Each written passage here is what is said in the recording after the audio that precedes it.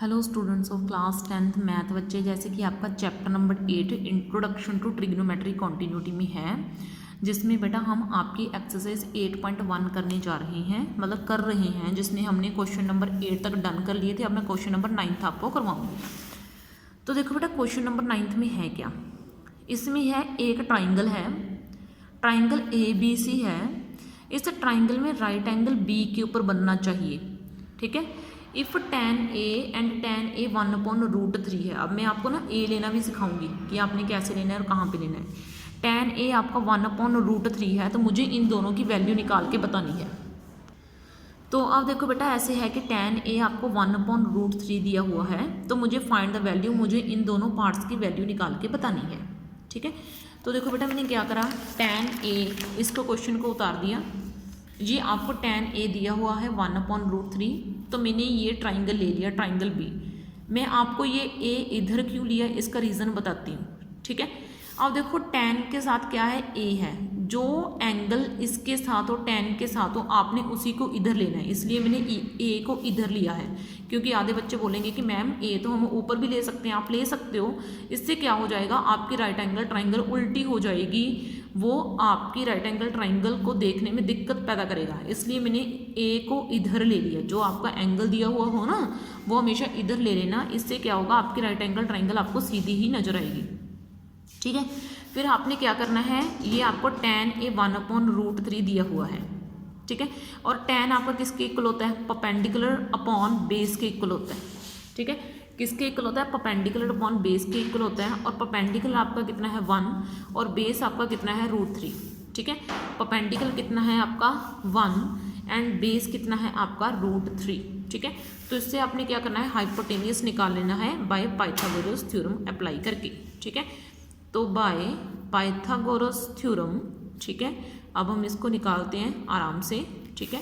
Pythagoras theorem को apply करने के बाद, which is equals to hypotenuse square plus base square and perpendicular square, and perpendicular is equal to 1 square and base is equal to √3 square.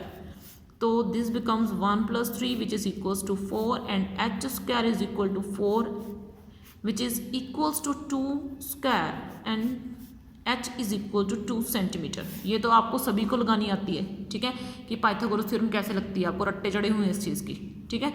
तो अब हम main question की तरफ बढ़ते हैं। तो मुझे हाइपोटेनियस ढूंढना था, तो मैंने हाइपोटेनियस ढूंढ लिया भाई। तो मुझे हाइपोटेनियस भी पता है, अब मेरे पास बेस भी है, अब मेरे पास परपेंडिकुलर भी है।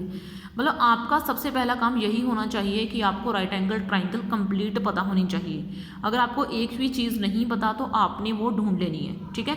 अब आपकी बुक में आपका फर्स्ट क्वेश्चन क्या है, ये देखो, ठीक है। इसमें है, आप इसकी वैल्यू ढूंढ के बताओ, sin A cos C plus cos A sin C। मुझे इसकी वैल्यू ढूंढ के बतानी है, ठीक है। अब देखो इसकी वैल्यू कैसे ढूंढेंगे हम। सबसे पहले हम इसको लिख लेते हैं, which is sin A and cos C plus cos A and sin C, ठीक है। ये आपका क्वेश्चन है। सबसे पहले आपको साइन पता होना चाहिए कि साइन किसके इक्वल होता है, फिर आपको कोस पता होना चाहिए कि कोस किसके इक्वल होता है।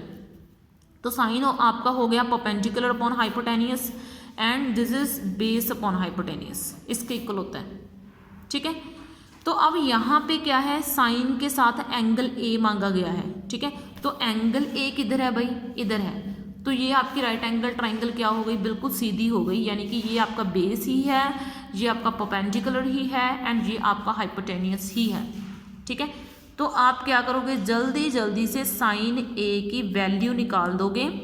कैसे निकलेगी, परपेंडिकुलर को हाइपोटेनियस से डिवाइड कर दो। तो परपेंडिकुलर कितना भी आपका 1, हाइपोटेनियस कितना है आपका 2, तो 1 को 2 से डिवाइड कर दिया, तो ये मेरा साइन A निकल गया। तो अब मुझे कोस A चाहिए, तो कोस A कैसे निकलेगा, उसने बोला बेस को हाइपोटेनियस से डिवाइड कर दो। तो बेस कौन सा है भाई मेरा, √3, हाइपोटेनियस कितना है 2, तो √3 को अगर मैं 2 से डिवाइड कर दूं तो वो मेरा निकल जाएगा कोस A, ठीक है। अब मुझे क्या चाहिए, इसकी वैल्यू पता कर ली मैंने, साइन A की और कोस A की, इन दोनों की वैल्यू तो ढूंढ ली मैंने। अब मुझे किसकी ढूंढनी है, कोस C की ढूंढनी है और साइन C की ढूंढनी है। तो अब मुझे क्या करना है, कोस C चाहिए, कोस सी निकालने का फंडा तो यही रहेगा ना आपका, बेस अपॉन हाइपोटेनियस ही रहेगा, लेकिन सबसे पहले आपको एंगल सी ढूंढना पड़ेगा कि एंगल सी किस तरफ है। तो देखो एंगल सी आपका क्या है, ऊपर वाली तरफ है, ठीक है। तो अब आपकी राइट एंगल ट्राइंगल क्या हो गई, उल्टी हो गई, ठीक है। यानी कि अब आप राइट एंगल ट्राइंगल को कैसे देखोगे, अब आप राइट एंगल ट्राइंगल को देखोगे इस तरीके से, ठीक है। इस तरीके से ये आपका बन जाएगा बेस, ठीक है, और ये आपका बन जाएगा परपेंडिकुलर। तो ये आपका क्या बन जाएगा, परपेंडिकुलर। ये आपका क्या बन जाएगा, बेस, ये क्या बन जाएगा आपका परपेंडिकुलर, ठीक है। तो अब जब आप वैल्यू पुट करोगे तो आप इसको बेस मानोगे और आप इसको परपेंडिकुलर मानोगे, ठीक है। तो अब मैं इसको कर देती हूँ क्वेश्चन को डन। मुझे कोस सी चाहिए, बेस मेरा कितना आ जाएगा, इधर से 1 एंड हाइपोटेनियस सेम रहेगा विच इज़ 2, यानी कि 1/2, ये मेरा इतना आ गया, ठीक है।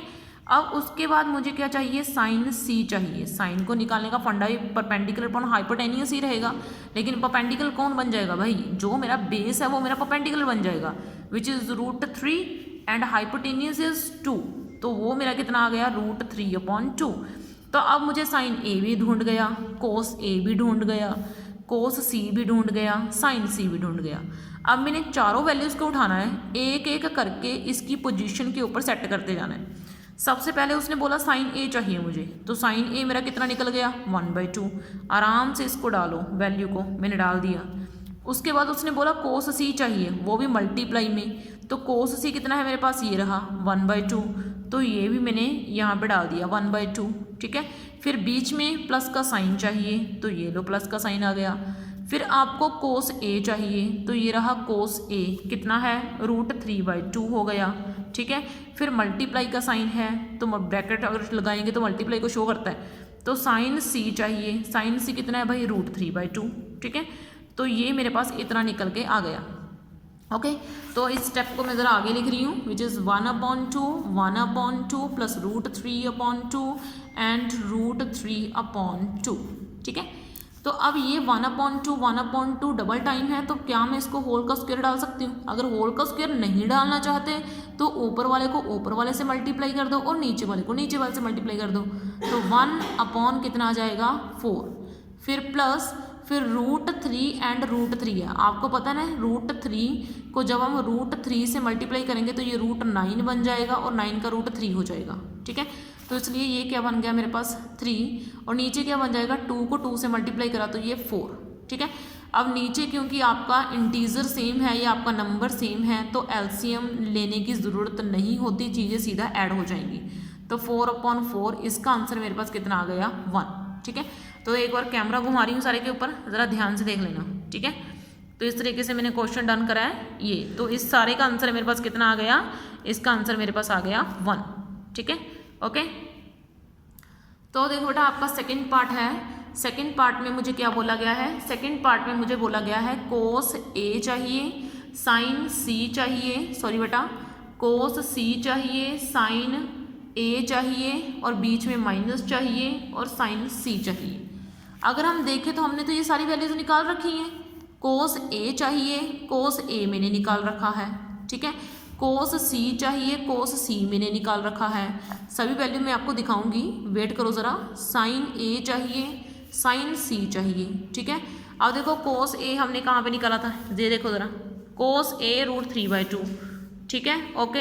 अब देखो उसके बाद मुझे क्या चाहिए, कोस सी, तो कोस सी देखो मैंने किधर निकाल रखा है, ये रहा, which is equal to 1/2, okay. अब देखो मुझे साइन ए चाहिए एंड साइन सी चाहिए, तो वो भी मैंने निकाल रखे हैं। तो मैं साइन ए की वैल्यू लिख रही हूँ 1/2 एंड साइन सी की वैल्यू लिख रही हूँ √3/2, ठीक है। अब वैल्यूज़ आराम से उठाओ, धीरे धीरे यहाँ पे पुट करते जाओ।